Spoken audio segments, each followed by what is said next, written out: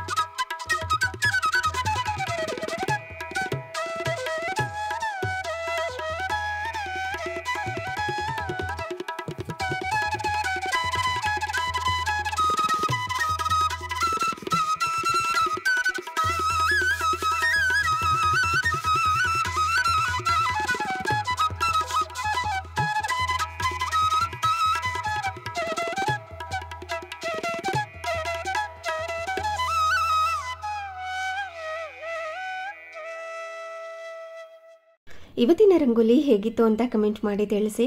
ಹಾಗೆಯೇ ಸ್ವಲ್ಪ ತರಕಾರಿ ಎಲ್ಲ ಖಾಲಿಯಾಗಿತ್ತು. ಬೆಳಿಗ್ಗೆನೇ ಜೆಪ್ಟೋದಲ್ಲಿ ತರಕಾರಿ ಎಲ್ಲ ಆರ್ಡರ್ ಮಾಡಿದ್ದೆ, ಹಾಗಾಗಿ ಅದೆಲ್ಲ ಕೂಡ ಬಂದಿತ್ತು. ಇವಾಗ ಅದನ್ನೆಲ್ಲ ಕ್ಲೀನ್ ಮಾಡಿಕೊಂಡು ಸ್ಟೋರ್ ಮಾಡ್ಕೋತಾ ಇದ್ದೀನಿ. ಈರುಳ್ಳಿನ ಒಂದು 4 kg ಅಷ್ಟು ತರಿಸ್ಕೊಂಡಿದ್ದೆ. ಪದೇ ಏನು ತರಿಸೋದು ಅಂತ, ಅದಕ್ಕೆ ಈ ಥರ ಬ್ಯಾಸ್ಕೆಟಲ್ಲಿ ಹಾಕಿ ಬಿಸಿಲಿನಲ್ಲಿ ಒಣಗಿಸಿಟ್ಕೊಂಡ್ರೆ ತುಂಬ ದಿನಗಳ ಕಾಲ ಬಾಳಿಕೆಗೆ ಬರುತ್ತೆ. ಇದೇನಾದ್ರೂ ಹಸಿ ಇರೋವಾಗಲೇ ಸ್ಟೋರ್ ಮಾಡಿಕೊಂಡ್ರೆ ಏನಾಗ್ಬಿಡುತ್ತೆ ಅಂದರೆ ಬೇಗ ಕೆಟ್ಟೋಗೋ ಚಾನ್ಸಸ್ ಇರುತ್ತೆ. ಹಾಗಾಗಿ ಸ್ವಲ್ಪ ಬಿಸಿಲಿನಲ್ಲಿ ಚೆನ್ನಾಗಿ ಒಣಗಿಸಿ ಅದಾದ ನಂತರ ಸ್ಟೋರ್ ಮಾಡ್ಕೋತೀನಿ. ಅದಕ್ಕೋಸ್ಕರ ಎಲ್ಲನೂ ಕೂಡ ಇದರೊಳಗಡೆ ಹಾಕಿ, ಈ ಸಿಪ್ಪೆ ಎಲ್ಲ ಇರುತ್ತಲ್ವ ಅದನ್ನೆಲ್ಲ ತೆಗೆಯೋದಕ್ಕೆ ಹೋಗೋದಿಲ್ಲ, ಅದು ಹಾಗೇ ಇರಲಿ. ಕೆಲವೊಂದು ಉದ್ರೋಗಿರುತ್ತಲ್ವ ಸಿಪ್ಪೆ, ಅದನ್ನು ಮಾತ್ರ ತೆಗೆದಿರ್ತೀನಿ. ಇನ್ನು ಸಿಪ್ಪೆ ಎಲ್ಲ ಬಿಡಿಸಿ, ಸ್ವಲ್ಪ ಲೂಸ್ ಆಗಿದ್ರೂ ಕೂಡ ಸಿಪ್ಪೆ ಎಲ್ಲ ಬಿಡಿಸಿಡೋದಿಲ್ಲ, ಅದನ್ನು ಡೈರೆಕ್ಟಾಗಿ ಹಾಗೇ ಸ್ಟೋರ್ ಮಾಡ್ಕೊಳ್ಳೋದು. ಮೊದಲಿಗೆ ಈ ಥರ ಬ್ಯಾಸ್ಕೆಟಲ್ಲಿ ಹಾಕಿ ಇಟ್ಕೊಂಡ್ಬಿಡ್ತು ಅಂತಂದರೆ ಬೇಗ ಒಣಗಿ ಸಿಪ್ಪೆ ಏನಾದರೂ ಉದ್ರೋಗಿದ್ರೆ ಅದೆಲ್ಲ ಉದ್ರೋಗಿರುತ್ತೆ. ಬರೀ ಈರುಳ್ಳಿನ ಮಾತ್ರ ನಾರ್ಮಲಾಗಿ ಸ್ಟೋರ್ ಮಾಡ್ಕೋತೀವಲ್ವ, ಬ್ಯಾಸ್ಕೆಟ್ ಅಂದರೆ ಟ್ರಾಲಿ ಥರ ಇರುತ್ತಲ್ವ, ಅದಕ್ಕೆ ಆರಾಮಾಗಿ ಹಾಕಿ ಇಟ್ಕೋಬೋದು. ಮತ್ತು ಅದರಲ್ಲಿ ಡಸ್ಟ್ ಎಲ್ಲ ಕೆಳಗಡೆ ಉದ್ರೋದು ಆ ಥರ ಎಲ್ಲ ಆಗೋದಿಲ್ಲ ಅಂತ ಈ ಥರ ಸ್ಟೋರ್ ಮಾಡ್ಕೋತೀನಿ. ಹಾಗೆ ಕೆಲವೊಂದಷ್ಟು ತರಕಾರಿಗಳನ್ನ ತರಿಸ್ಕೊಂಡಿದ್ದೆ, ಅದನ್ನೆಲ್ಲ ಎತ್ತಿಟ್ಕೋತಾ ಇದ್ದೀನಿ. ಕರೆಕ್ಟಾಗಿದೆಯಾ ಅಂತ ಚೆಕ್ ಮಾಡ್ಕೋತಾ ಇದ್ದೀನಿ. ಇನ್ ಕೇಸ್ ಏನಾದ್ರೂ ಕರೆಕ್ಟಾಗಿಲ್ಲ ಅಂತಂದರೆ ಇಮಿಡಿಯೇಟಾಗಿ ಕಂಪ್ಲೇಂಟ್ ಮಾಡ್ಬೋದು ಅಂತ. ಸ್ವಲ್ಪ ಹೊತ್ತು ಲೇಟ್ ಆದ್ರೂ ಕೂಡ ಕೆಲವೊಂದು ಸಾರಿ ಕಂಪ್ಲೇಂಟ್ ತೊಗೊಳ್ಳೋದಿಲ್ಲ. ಅದಕ್ಕೋಸ್ಕರ ಬಂದಿದ್ದ ತಕ್ಷಣವೇ ಎಲ್ಲ ಐಟಮ್ಸ್ಗಳು ಕರೆಕ್ಟಾಗಿದೆಯಾ, ಕ್ವಾಂಟಿಟಿ ಕರೆಕ್ಟಾಗಿದೆಯಾ, ಐಟಮ್ಸ್ಗಳೆಲ್ಲ ಕರೆಕ್ಟಾಗಿದೆಯಾ ಅಂತ ಚೆಕ್ ಮಾಡಿಕೊಂಡ್ರೆ ಬೆಟರ್ ಅಂತ ಅನಿಸುತ್ತೆ. ಇನ್ ಕೇಸ್ ನೀವೇನಾದ್ರೂ ಆನ್ಲೈನಲ್ಲಿ ತರಿಸ್ಕೋತಾ ಇದ್ದರೆ ಒಮ್ಮೆ ಈ ಥರ ಚೆಕ್ ಮಾಡ್ಕೊಳ್ಳಿ, ಎಲ್ಲ ಐಟಮ್ಗಳು ಕರೆಕ್ಟಾಗಿ ಬಂದಿದೆಯಾ. ಕೆಲವೊಂದು ಸಾರಿ ಈರುಳ್ಳಿನ 4 kg ಆರ್ಡರ್ ಮಾಡಿರ್ತೀವಿ, ಕೆಲವೊಂದು ಸಾರಿ 3 kg ಕೊಟ್ಬಿಟ್ಟಿರ್ತಾರೆ. ಸೊ ಹಾಗಾಗಿ ಚೆಕ್ ಮಾಡಿಕೊಂಡ್ರೆ ಬೆಟರ್ ಅಂತ ಅಷ್ಟೇ. ಹಾಗೆಯೇ ಇವಾಗ ಎಲ್ಲ ತರಕಾರಿಗಳು ಕರೆಕ್ಟಾಗಿದೆಯಾ ಅಂತ ಚೆಕ್ ಮಾಡಿಕೊಂಡು, ಇವತ್ತೇನು ತರಕಾರಿಗಳನ್ನ ವಾಶ್ ಮಾಡಿಕೊಂಡು ಸ್ಟೋರ್ ಮಾಡ್ಕೋತಾ ಇಲ್ಲ. ಆಲ್ರೆಡಿ ತುಂಬ ಟಯರ್ಡ್ ಆಗಿತ್ತು. ಹಾಗಾಗಿ ಏನು ಸ್ಟೋರ್ ಮಾಡ್ಕೊಳ್ಳೋದು, ವಾಶ್ ಮಾಡಿಕೊಂಡು ಡೈರೆಕ್ಟಾಗಿ ಹಾಗೆಯೇ ಸ್ಟೋರ್ ಮಾಡ್ಕೊಳ್ಳೋಣ ಅಂತ ನೀಟಾಗಿ ಎತ್ತಿಟ್ಕೋತಾ ಇದ್ದೀನಿ. ಹಾಗೆ ಇವಾಗ ಮಾವಿನಕಾಯಿ ಸೀಸನ್ ಅಲ್ವಾ, ಮಾವಿನಕಾಯಿ ಚಿತ್ರಾನ್ನ, ಮಾವಿನಕಾಯಿ ಉಪ್ಪಿನಕಾಯಿ ಎಲ್ಲ ಹಾಕ್ಕೊಳ್ಳೋದಕ್ಕೆ ಬೇಕು ಅಂತ ಒಂದೆರಡು ಮಾವಿನಕಾಯಿಗಳನ್ನೂ ಕೂಡ ತರಿಸ್ಕೊಂಡಿದ್ದೆ. ತುಂಬ ಹುಳಿ ಬೇಕು ಅಂತಂದರೆ ನಾಟಿ ಬರುತ್ತಲ್ವಾ, ಅಂದರೆ ರೌಂಡ್ದು ಆ ಥರ ತರಿಸ್ಕೋಬೋದು. ಸ್ವಲ್ಪ ಹುಳಿ ಇರಲಿ, ಸ್ವಲ್ಪ ಸ್ವೀಟಾಗಿರಲಿ ಅಂದರೆ ಈ ಥರ ಮಾವಿನಕಾಯಿನ ತರಿಸ್ಕೋಬೋದು. ಇವತ್ತು ಈ ಮಾವಿನಕಾಯಲ್ಲೇ ಮಾವಿನಕಾಯಿ ಉಪ್ಪಿನಕಾಯಿನ ಹಾಕೋತಾ ಇದ್ದೀನಿ. ಇವಾಗ ಸೀಸನ್ ಅಲ್ವಾ, ನನಗಂತೂ ಸಖತ್ ಅಂದರೆ ಸಖತ್ ಇಷ್ಟ. ನನಗೆ ಅಂತಲ್ಲ, ಆಲ್ಮೋಸ್ಟ್ ಎಲ್ಲರಿಗೂ ಕೂಡ ಇಷ್ಟ. ನಮ್ಮ ಮನೇಲಿ ಕೂಡ ಬಹಳ ಇಷ್ಟಪಟ್ಟು ತಿಂತಾರೆ. ಆದಷ್ಟು ಸ್ಟೋರ್ ಮಾಡ್ಕೊಳ್ಳೋದಕ್ಕಿಂತ ಒಂದು ವಾರಕ್ಕೆ ಅಥವಾ 2 ವಾರಕ್ಕೆ ಆಗೋಷ್ಟು ಮಾತ್ರ ಉಪ್ಪಿನಕಾಯಿನ ಹಾಕ್ಕೊಂಡಿರ್ತೀನಿ. ಏಕೆಂದರೆ ಫ್ರೆಶ್ಶಾಗಿ ಕೂಡ ಇರುತ್ತೆ, ತುಂಬ ರುಚಿಯಾಗಿರುತ್ತೆ ಅಂತ. ಈ ಥರ ಇನ್ಸ್ಟೆಂಟಾಗಿ ಮಾಡಿಕೊಂಡು ಸ್ಟೋರ್ ಮಾಡ್ಕೊಂಡಿರ್ತೀನಿ. ಇನ್ನು ಜಾಸ್ತಿ ಕ್ವಾಂಟಿಟಿಯಲ್ಲಿ ಸ್ವಲ್ಪ ನಾಟಿ ಮಾವಿನಕಾಯಿ ಬರುತ್ತಲ್ವ, ಅದನ್ನು ತೊಗೊಂಡು ಬಂದು ಒಂದು 6 ತಿಂಗಳಿಗಾಗುವಷ್ಟು ಸ್ಟೋರ್ ಮಾಡ್ಕೊಳ್ಳೋ ಥರ ಇನ್ನೊಂದು ಸರಿ ಮಾಡ್ಕೊಳ್ಳೋಣ ಅಂತ ಈ ಸತಿ ಬರೀ ಈ ಥರ ಮಾವಿನಕಾಯಿ ಉಪ್ಪಿನಕಾಯಿ ಮಾತ್ರ ಸ್ಟೋರ್ ಮಾಡ್ಕೊತಾ ಇದ್ದೀನಿ. ಹಾಗೆ ಇವತ್ತು ಹಸಿಮೆಣಸಿನ್ಕಾಯಿ ಆಗಿರ್ಬೋದು, ಈ ಕರಿಬೇವಿನ ಸೊಪ್ಪು ಆಗಿರ್ಬೋದು, ಯಾವುದೇ ತರಕಾರಿನ ವಾಶ್ ಮಾಡ್ಕೋತಾ ಇಲ್ಲ, ಹಾಗೆಯೇ ಸ್ಟೋರ್ ಮಾಡ್ಕೋತಾ ಇದ್ದೀನಿ. ಏಕೆಂದರೆ ಬೇಕು ಅಂದಾಗ, ಅಂದರೆ ಬಳಸ್ಕೋತೀವಲ್ವ, ಆ ಟೈಮ್ನಲ್ಲಿ ವಾಶ್ ಮಾಡಿಕೊಂಡ್ರೆ ಆಗುತ್ತೆ ಅಂತ. ಕೆಲವೊಂದು ಸಾರಿ ಹೀಗೇ ಮಾಡೋದಕ್ಕೆ ಸೋಂಬೇರಿತನ ಅಥವಾ ಟಯರ್ಡ್ ಏನಾದರೂ ಆಗಿತ್ತು ಅಂತಂದರೆ ಈ ಥರ ಸ್ಟೋರ್ ಮಾಡ್ಕೊಂಬಿಡೋದು. ಟೈಮ್ ಇತ್ತು ಅಂದಾಗ ಮಾತ್ರ ನೀಟಾಗಿ ತೊಳೆದಿಟ್ಕೊಂಡು ಸ್ಟೋರ್ ಮಾಡ್ಕೊಳ್ಳೋದು. ಹಾಗೆ ಕೆಲವೊಂದಷ್ಟು ಹಣ್ಣುಗಳು ಸಹ ಬೇಕಾಗಿತ್ತು, ಹಾಗಾಗಿ ಅದನ್ನು ಕೂಡ ತರಿಸ್ಕೊಂಡು ಸ್ಟೋರ್ ಮಾಡ್ಕೋತಾ ಇದ್ದೀನಿ.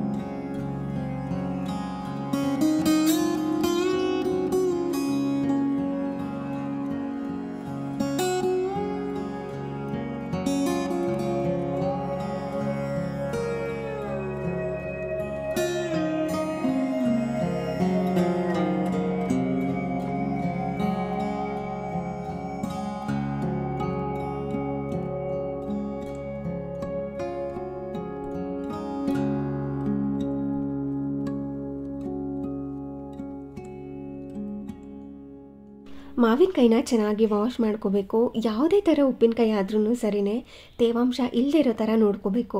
ಮೊದಲಿಗೆ ಅದನ್ನು ಚೆನ್ನಾಗಿ ವಾಶ್ ಮಾಡಿಕೊಂಡು ಬಟ್ಟೆಯಿಂದ ಒರೆಸಿ ತೇವಾಂಶ ಇಲ್ಲದೆ ಇರೋ ಥರ ನೋಡಿಕೊಂಡು ನಿಮಗೆ ಯಾವ ಸೈಜ್ನಲ್ಲಿ ಬೇಕೋ ಆ ಸೈಜ್ನಲ್ಲಿ ಕಟ್ ಮಾಡ್ಕೋಬೋದು. ನಾನಿಲ್ಲಿ ಮೀಡಿಯಮ್ ಆಗಿ ಕಟ್ ಮಾಡ್ಕೊಂಡಿದ್ದೀನಿ. ತುಂಬ ಚಿಕ್ಕ ಚಿಕ್ಕದಾಗಿಯೂ ಕೂಡ ಇಲ್ಲ, ಹಂಗಂತ ತುಂಬ ದೊಡ್ಡದಾಗಿಯೂ ಕೂಡ ಇಲ್ಲ. ಅದನ್ನು ಕಟ್ ಮಾಡ್ಕೊಂಡಿದ್ದ ನಂತರ ಇವಾಗ ಒಂದು ಚಿಕ್ಕ ಪಾತ್ರೆಗೆ 1 ಸ್ಪೂನಷ್ಟು ಸಾಸಿವೆ, 1 ಸ್ಪೂನಷ್ಟು ಮೆಂತ್ಯನ ಹಾಕಿ ಚೆನ್ನಾಗಿ ಇದನ್ನು ಡ್ರೈ ರೋಸ್ಟ್ ಮಾಡ್ಕೋಬೇಕು. ಕೆಲವರು ಇದಕ್ಕೆ ಜೀರಿಗೆ ಆಗಿರ್ಬೋದು, ಸೋಂಫ್ ಆಗಿರ್ಬೋದು ಎಲ್ಲನೂ ಕೂಡ ಹಾಕೋತಾರೆ. ತುಂಬ ಸಿಂಪಲಾಗಿ ಮಾಡ್ಕೋಬೋದು, ಅಂದರೆ ಈ ಥರ ಮಾಡ್ಕೋಬೋದು. ನಿಮಗೆ ಅದೆಲ್ಲ ಬೇಕು ಅಂದರೆ ಅದೆಲ್ಲನೂ ಕೂಡ ಸೇರಿಸ್ಕೋಬೋದು. ಅದನ್ನು ಒಂದು ಸೈಡಲ್ಲಿ ಎತ್ತಿಟ್ಕೊಂಡು ಅದನ್ನು ಕಂಪ್ಲೀಟಾಗಿ ಕೂಲಾದ ನಂತರ ಪೌಡರ್ ಮಾಡ್ಕೋಬೇಕು. ಇವಾಗಲೇ ಒಗ್ಗರಣೆಗೂ ಕೂಡ ರೆಡಿ ಮಾಡ್ಕೋತಾ ಇದ್ದೀನಿ. ಅದೇ ಪಾತ್ರೆಗೆ ಸ್ವಲ್ಪ ಎಣ್ಣೆನ ಹಾಕಿ ಅದು ಕಾದ ನಂತರ ಸಾಸಿವೆನ ಹಾಕಿ ಸಿಡಿಸಿ ಫ್ಲೇಮ್ನ ಆಫ್ ಮಾಡಿಕೊಂಡು ಅದಕ್ಕೆ ಅರಿಶಿನ ಪುಡಿ, ಸ್ವಲ್ಪ ಹಿಂಗನ್ನು ಹಾಕಿ ಚೆನ್ನಾಗಿ ಮಿಕ್ಸ್ ಮಾಡಿ ಒಂದು ಒಣಗಿರುವಂಥ ಮೆಣಸಿನಕಾಯಿನ ಹಾಕ್ಕೊಂಡಿದ್ದೀನಿ. ಬೇಕು ಅಂದರೆ ಇದಕ್ಕೆ ಕರಿಬೇವಿನ ಸೊಪ್ಪು ಹಾಗೆ ಸಿಪ್ಪೆ ತೆಗೆದಿಟ್ಕೊಂಡಿರುವಂಥ ಬೆಳ್ಳುಳ್ಳಿನ ಚಚ್ಚಿ ಸಹ ಸೇರಿಸ್ಕೋಬೋದು. ನಿಮ್ಮ ರುಚಿಗೆ ತಕ್ಕಂತೆ ನೀವು ಕಸ್ಟಮೈಸ್ ಮಾಡ್ಕೋಬೋದು. ಇದು ಒಂಥರ ಬೇಸಿಕ್ ಉಪ್ಪಿನಕಾಯಿ ಅಂತಲೇ ಹೇಳ್ಬೋದು. ನಿಮಗೆ ಅದ್ರ ಜೊತೆ ಏನಾದ್ರೂ ಹಾಕ್ಕೋಬೇಕು ಅಂದರೆ ಅದನ್ನು ಸಹ ಸೇರಿಸ್ಕೋಬೋದು. ನಂತರ ಇವಾಗ ಅದನ್ನು ಪೌಡರ್ ಮಾಡ್ಕೊಂಡಿದ್ದಾಯಿತು. ಇವಾಗ ಒಂದು ಮಿಕ್ಸಿಂಗ್ ಬೌಲ್ಗೆ ಸಣ್ಣದಾಗಿ ಕಟ್ ಮಾಡಿ ಇಟ್ಕೊಂಡಿರೋಂಥ ಮಾವಿನಕಾಯಿನ ಸೇರಿಸ್ಕೊಳ್ತಾ ಇದ್ದೀನಿ.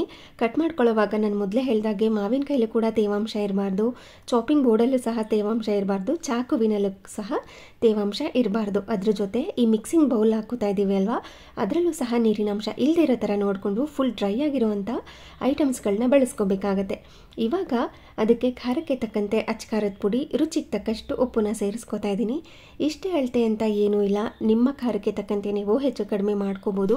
ನಂತರ ಇವಾಗ ಮೆಂತ್ಯ ಮತ್ತು ಸಾಸಿವೆನ ಕುಟ್ಟಿ ಪುಡಿ ಮಾಡ್ಕೊಂಡು ಸೇರಿಸ್ಕೊಂಡಿದ್ವಿ ಅಲ್ವಾ, ಅದನ್ನು ಇದರೊಳಗಡೆ ಸೇರಿಸ್ಕೊಂಡು ಮೊದಲಿಗೆ ಇದನ್ನು ಚೆನ್ನಾಗಿ ಡ್ರೈ ಮಿಕ್ಸ್ನ ಮಾಡ್ಕೋಬೇಕು. ಚೆನ್ನಾಗಿ ಹೊಂದ್ಕೋಬೇಕು ಎಲ್ಲವೂ ಕೂಡ. ಈ ಥರ ಸಹ ಮಾಡ್ಕೋಬೋದು. ಇಲ್ಲಾಂದರೆ ನಾವು ಒಗ್ಗರಣೆ ಮಾಡ್ಕೊಂಡಿದ್ವಿ ಅಲ್ವಾ, ಅದಕ್ಕೂ ಸಹ ಆ ಪುಡಿನ ಹಾಕ್ಕೋಬೋದು. ಹಾಗೆಯೇ ಈ ಎಣ್ಣೆನ ಸೇರಿಸ್ಕೊಳ್ಳುವಾಗ, ಅಂದರೆ ಈ ಒಗ್ಗರಣೆನ ಸೇರಿಸ್ಕೊಳ್ಳುವಾಗ ಈ ಎಣ್ಣೆ ಏನಿದೆ ಅದು ಕಂಪ್ಲೀಟಾಗಿ ಕೂಲಾಗಿರಬೇಕು. ಬಿಸಿ ಬಿಸಿ ಇರುವಾಗ ಇದ್ರ ಲೈಫ್ ಟೈಮ್ ಜಾಸ್ತಿ ಇರೋದಿಲ್ಲ. ಆದಷ್ಟು ಕಂಪ್ಲೀಟಾಗಿ ಕೂಲಾದ ನಂತರ ಸೇರಿಸ್ಕೊಂಡ್ರೆ ತುಂಬ ದಿನಗಳ ಕಾಲ ಸ್ಟೋರ್ ಮಾಡ್ಕೋಬೋದು. ಬಿಸಿ ಬಿಸಿ ಇರುವಾಗ ಹಾಕ್ಕೊಂಡ್ರೆ ತುಂಬ ದಿನಗಳ ಕಾಲ ಸ್ಟೋರ್ ಮಾಡ್ಕೊಳ್ಳೋದಕ್ಕಾಗೋದಿಲ್ಲ. ಇದೊಂಥರ ಇನ್ಸ್ಟೆಂಟ್ ಉಪ್ಪಿನಕಾಯಿ ಅಂತಲೇ ಹೇಳ್ಬೋದು. ಬೇಗ ಕೂಡ ಆಗುತ್ತೆ, ಹಾಗೆ ಸ್ಟೋರ್ ಕೂಡ ಮಾಡ್ಕೋಬೋದು. ತುಂಬ ರುಚಿಯಾಗಿರುತ್ತೆ. ಇನ್ನು ಮಾಗಿಸಿ ಮಾಡುವಂಥ ಉಪ್ಪಿನಕಾಯಿ ಸೆಪ್ರೇಟಾಗಿ ಮಾಡ್ಕೋಬೋದು. ಅದನ್ನು ಯಾವ ಥರ ಅಂತ ಆಲ್ರೆಡಿ ನಾನು ಶೇರ್ ಮಾಡಿದ್ದೀನಿ. ಇನ್ನೊಂದು ಸಾರಿ ಮಾಡಿದಾಗ ಅದನ್ನು ಕೂಡ ಶೇರ್ ಮಾಡ್ತೀನಿ. ಇವಾಗ ಇದನ್ನು ಒಂದು ಏಟೆಡ್ ಕಂಟೈನರ್ನಲ್ಲಿ ಹಾಕಿ ಸ್ಟೋರ್ ಮಾಡ್ಕೋಬೋದು. ಇದನ್ನು ಸ್ವಲ್ಪ ಹೊತ್ತು ಬಿಡ್ತು ಅಂದರೆ ಈ ಥರ ಜ್ಯೂಸಿಯಾಗಿ ಆಗಿರುತ್ತೆ. ನಾನು ಫಸ್ಟ್ ತೋರಿಸಿದಾಗ ಸ್ವಲ್ಪ ಡ್ರೈ ಅನ್ನಿಸ್ತಾ ಇತ್ತು ಅಲ್ವಾ, ಇದನ್ನು ಮಿಕ್ಸ್ ಮಾಡಿ 1 ಗಂಟೆ ಬಿಡ್ತು ಅಂತಂದರೆ ಉಪ್ಪಲ್ಲಿರುವಂಥ ನೀರಿನಾಂಶ ಹಾಗೆ ಮಾವಿನಕಾಯಿಲಿರುವಂಥ ನೀರಿನಾಂಶ ಎಲ್ಲ ಬಿಟ್ಕೊಂಡು ಚೆನ್ನಾಗಿ ಅದು ಈ ಥರ ಗೊಜ್ಜು ಥರ ರೆಡಿಯಾಗಿರುತ್ತೆ, ಅಂದರೆ ಜ್ಯೂಸಿಯಾಗಿ ರೆಡಿಯಾಗಿರುತ್ತೆ. ಇದನ್ನು ಈ ಥರ ಒಂದು ಗ್ಲಾಸ್ ಬಾಟಲ್ನಲ್ಲಿ ಹಾಕಿ ಸ್ಟೋರ್ ಮಾಡ್ಕೋತಾ ಇದ್ದೀನಿ. ಆದಷ್ಟು ಈ ಥರ ಉಪ್ಪಿನಕಾಯಿಗಳನ್ನ ಗ್ಲಾಸ್ ಬಾಟಲ್ಸ್ಗಳಲ್ಲಾಗಿರ್ಬೋದು, ಇಲ್ಲ ಅಂತಂದರೆ ಉಪ್ಪಿನಕಾಯಿ ಜಾಡಿ ಬರುತ್ತಲ್ವ ಅದರಲ್ಲಿ ಹಾಕ್ಕೋಬೇಕು. ಆದಷ್ಟು ಸ್ಟೀಲ್ ಡಬ್ಬನ ಅವಾಯ್ಡ್ ಮಾಡಿ, ಹಾಗೆ ಪ್ಲಾಸ್ಟಿಕ್ ಡಬ್ಬನ ಅವಾಯ್ಡ್ ಮಾಡಿ. ಇವಾಗ ಇದನ್ನು ಒಂದು ಸೈಡಲ್ಲಿ ಎತ್ತಿಟ್ಕೋತಾ ಇದ್ದೀನಿ. ಬಹಳ ಅಂದರೆ ಬಹಳ ರುಚಿಯಾಗಿರುತ್ತೆ. ಈ ಥರ ಉಪ್ಪಿನಕಾಯಿ ಮಾಡ್ಕೊಂಡಾಗ ಈ ಮಿಕ್ಸಿಂಗ್ ಬೌಲ್ ಇರುತ್ತಲ್ವ, ಅದಕ್ಕೆ ಬಿಸಿ ಬಿಸಿ ಅನ್ನನ ಹಾಕಿ ಬೇಕು ಅಂದರೆ ಸ್ವಲ್ಪ ತುಪ್ಪನ ಹಾಕ್ಕೊಂಡು ತಿಂತಾ ಇದ್ದರೆ ಏನು ಸಖತ್ತಾಗಿರುತ್ತೆ ಗೊತ್ತಾ. ಹಾಗೆ ಇದ್ರ ಜೊತೆ ಸ್ವಲ್ಪ ಮೊಸರನ್ನ ಹಾಕ್ಕೊಂಡು ತಿನ್ಬೋದು, ಅದು ಕೂಡ ಬಹಳ ಅಂದರೆ ಬಹಳ ರುಚಿಯಾಗಿರುತ್ತೆ. ಹಾಗೆ ಈ ವಾಟೆ ಇರುತ್ತಲ್ವ, ಅದರಲ್ಲಿ ಸ್ವಲ್ಪ ಮಾವಿನಕಾಯಿ ಮಿಕ್ಕೊಂಡಿರುತ್ತಲ್ವ, ಅದನ್ನು ಈ ಥರ ಕಟ್ ಮಾಡಿಕೊಂಡು ಇದರೊಳಗಡೆ ಸೇರಿಸ್ಕೊಂಡು ಮಿಕ್ಸ್ ಮಾಡ್ಕೊಂಡು ತಿಂದರೆ ಇನ್ನೂ ರುಚಿಯಾಗಿರುತ್ತೆ. ಈ ಥರ ಯಾರಿಗೆಲ್ಲ ತಿನ್ನೋದಕ್ಕೆ ಇಷ್ಟ ಅಂತ ಕಮೆಂಟ್ ಮಾಡಿ ತಿಳಿಸಿ. ಹಾಗೆ ಯಾರೆಲ್ಲ ಮಾವಿನಕಾಯಿ ಉಪ್ಪಿನಕಾಯಿನ ಹಾಕಿದ್ದೀರಾ ಅಥವಾ ಮಾವಿನಕಾಯಿ ಉಪ್ಪಿನಕಾಯಿನ ಹಾಕಬೇಕು, ಈ ರೆಸಿಪಿನ ಟ್ರೈ ಮಾಡ್ತೀರಾ ಅಂತ ಸಹ ಕಮೆಂಟ್ ಮಾಡಿ ತಿಳಿಸಿ.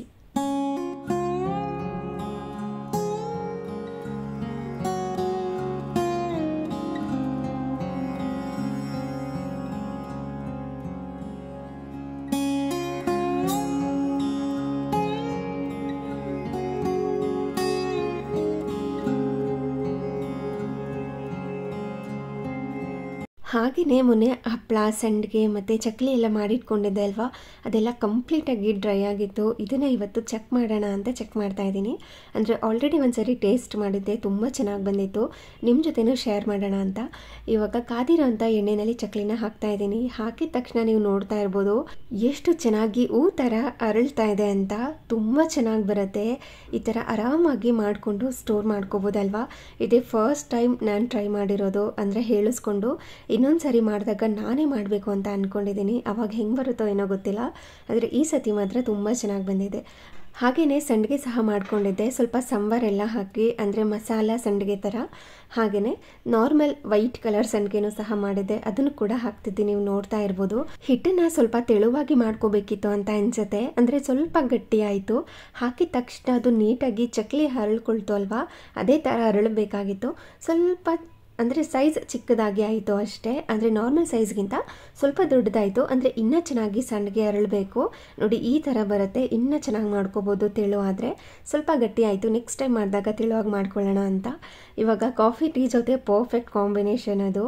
ಇವಾಗಂತೂ ಅದು ಖಾಲಿ ಆಗೋ ತನಕ ನಮ್ಮ ಮನೆಯಲ್ಲಿ ಅದೇನೆ. ಹಾಗೆಯೇ ಮನೆಯಲ್ಲಿ ಸ್ವಲ್ಪ ವೆನಿಲಾ ಐಸ್ ಕ್ರೀಮ್ ಮಾಡ್ಕೊಳ್ಳೋಣ ಅಂತ ರೆಡಿ ಮಾಡ್ಕೋತಾ ಇದ್ದೀನಿ. ಜಸ್ಟ್ 3 ಇಂಗ್ರೀಡಿಯೆಂಟ್ಸ್ನ ಬಳಸ್ಕೊಂಡು ಮಾಡ್ಕೊಳ್ಳೋ ಅಂಥ ವೆನಿಲಾ ಐಸ್ ಕ್ರೀಮ್ ಇದು. ಇವಾಗ ಹೊರಗಡೆ ಎಲ್ಲ ತೊಗೊಂಡು ತಿಂದರೆ ಅದೇನೋ ಡೆಸರ್ಟ್ ಅಂತೆ, ಏನೇನೋ ಆಯಿಲ್ ಹಾಕ್ತಾರಂತೆ, ಫ್ಲೇವರ್ಗಳೆಲ್ಲ ಹಾಕ್ತಾರಂತೆ, ಎಕ್ಸ್ಟ್ರಾ ಕೆಮಿಕಲ್ಸ್ ಎಲ್ಲ ಹಾಕ್ತಾರಂತೆ ಅಂತ ಹೇಳ್ತಿರ್ತಾರೆ.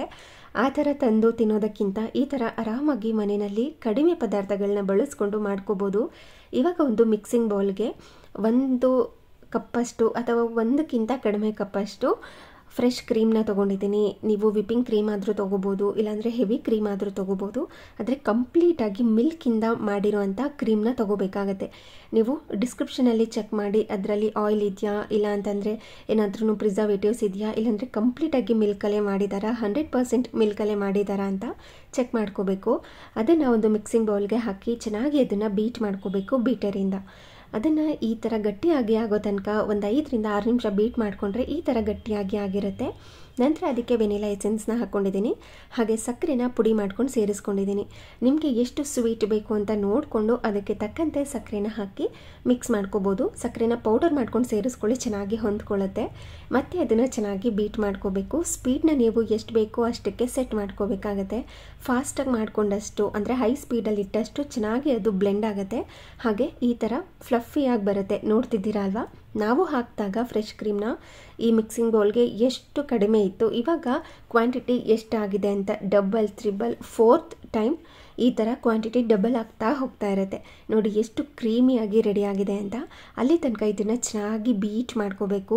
ನೋಡಿ ಸೈಡಲ್ಲೆಲ್ಲ ಆರ್ತಾ ಇರುತ್ತೆ, ಆದಷ್ಟು ದೊಡ್ಡ ಪಾತ್ರೆಗೆ ಹಾಕ್ಕೊಂಡು ಬೀಟ್ ಮಾಡ್ಕೊಳ್ಳಿ. ಈ ಥರ ಬೀಟರ್ ಇಲ್ಲ ಅಂತಂದರೆ ನಾರ್ಮಲ್ ಮಿಕ್ಸಿ ಜಾರ್ ಇರುತ್ತಲ್ವ, ಅದನ್ನು 1 ಗಂಟೆ ಫ್ರಿಜ್ನಲ್ಲಿ ಇಡಬೇಕು. ಪ್ಲೇನ್ ಮಿಕ್ಸಿ ಜಾರ್ನೇ ಫ್ರಿಜ್ನಲ್ಲಿ ಇಟ್ಟು ಅದಾದ ನಂತರ ಈ ಹೆವಿ ಕ್ರೀಮ್ನ ಹಾಕಿ ಗ್ರೈಂಡ್ ಮಾಡಿಕೊಂಡ್ರೆ ಸೇಮ್ ಇದೇ ಥರನೇ ಬರುತ್ತೆ.